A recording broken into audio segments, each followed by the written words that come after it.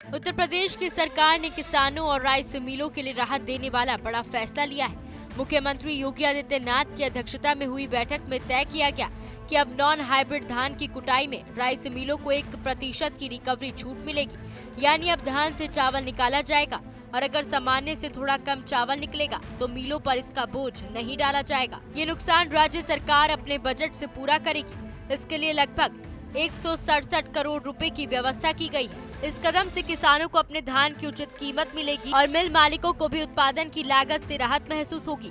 ये फैसला राज्य में रोजगार बढ़ाने और कृषि क्षेत्र को मजबूत बनाने की दिशा में अहम कदम माना जा रहा है। उत्तर प्रदेश में लंबे समय से नॉन हाइब्रिड धान उगाने वाले किसानों और राइस मिलों के बीच एक बड़ी दिक्कत बनी हुई थी। कई इलाकों में सिंचाई की स्थिति, मिट्टी की प्रकृति और बीज की सीमित उपलब्धता के कारण किसान पारंपरिक किस्में बोते रहे। जब ये धान मिलों में पहुंचता था तो उससे उतना चावल नहीं निकल पाता था जितनी उम्मीद रहती थी।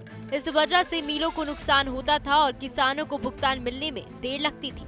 अब सरकार ने समस्या को गंभीरता से लेते हुए राहत देने का निर्णय लिया है। सरकार ने माना कि नॉन हाइब्रिड धान में कम रिकवरी स्वाभाविक है, इसलिए मिलों को उस नुकसान से राहत दी जाएगी ताकि किसान और मिल दोनों को न्याय मिल सके और धान की खरीद प्रक्रिया सुचारू रूप से चल सके। इस निर्णय का मकसद केवल किसानों और मिलों को राहत देना नहीं, बल्कि प्रदेश की अर्थव्यवस्था को मजबूती देना भी है। सरकार का अनुमान है कि इस पहल से राइस मिल उद्योग का विस्तार होगा और राज्य में रोजगार के नए अवसर बनेंगे।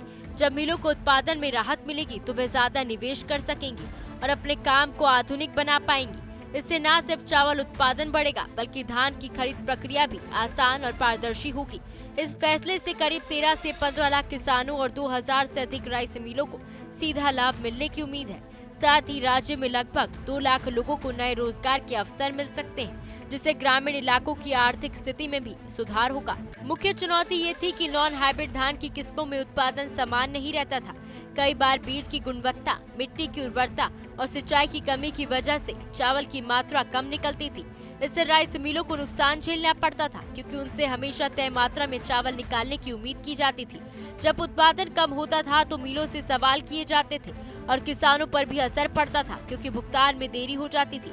अब सरकार ने जो 1% की छूट दी है वह इस वास्तविकता को स्वीकार करती है और ये मानती है कि हर धान की किस्म से एक जैसा परिणाम नहीं मिल सकता। ये फैसला मिलों और किसानों दोनों के लिए राहत का कदम। किसानों और राइस मिलों दोनों ने इस फैसले को सकारात्मक कदम बताया है। मिल मालिकों का मानना है कि अब उन्हें कम रिकवरी होने पर जुर्माना या दंड का दंड नहीं रहेगा, जिससे कामकाज आसान होगा। सरकार की प्रतिपूर्ति योजना से मिलों को भरोसा मिलेगा कि नॉन हाइब्रिड धान की कुटाई पर होने वाले नुकसान की भरपाई की जाएगी। इससे मिलें बेहतर मशीनें लगा सकेंगी और सफाई व प्रसंस्करण की प्रक्रिया को और आधुनिक बना पाएंगी। किसान भी इस राहत से उत्साहित हैं, क्योंकि अब उनके धान की खरीद बिना किसी परेशानी के हो सकेगी। सरकार ने ये भी साफ किया कि योजना पूरे प्रदेश में लागू होगी और इसके लिए 167 करोड़ रुपए का बजट रखा गया है, जिससे समय पर भुगतान और पारदर्शी प्रक्रिया सुनिश्चित हो सके। अब आगे की चुनौती और संभावनाएं दोनों सामने है। सरकार का ये फैसला राहत तो देता है, लेकिन इसके साथ कुछ जिम्मेदारियां भी जुड़ी हैं। नॉन हाइब्रिड धान की गुणवत्ता सुधारना, बीज की उन्नत किस्में उपलब्ध कराना और मिलों की तकनीक को आधुनिक बनाना जरूरी रहेगा। केवल छूट देना काफी नहीं, बल्कि उत्पादन प्रक्रिया को भी बेहतर बनाना होगा। ये भी सुनिश्चित करना होगा कि सरकार द्वारा दी जाने वाली प्रतिपूर्ति समय पर मिलों तक पहुंचे, ताकि क्रय प्रक्रिया में देरी या किसी तरह का पक्षपात न हो। प्रशासन का मानना है कि इस नीति से मिलें अपने ढांचे का विस्तार करेंगी, जिससे निवेश और रोजगार बढ़ेगा। इससे कृषि और उद्योग का रिश्ता और मजबूत होगा तथा राज्य की खाद्य सुरक्षा प्रणाली को स्थिरता मिलेगी। तो ये फैसला सिर्फ कागजों पर नहीं, बल्कि जमीनी स्तर पर किसानों और मिलों के जीवन में राहत लेकर आया है। अब जब नॉन हाइब्रिड धान की कुटाई पर 1% की छूट दी गई है, तो इससे छोटे किसानों को भी फायदा मिलेगा, जिनका उत्पादन पहले कम माना जाता था। मिल मालिक भी अब बिना नुकसान के धान खरीद सकेंगे। ये कदम राज्य की अर्थव्यवस्था को मजबूती देगा और ग्रामीण इलाकों में रोजगार के नए मौके पैदा करेगा।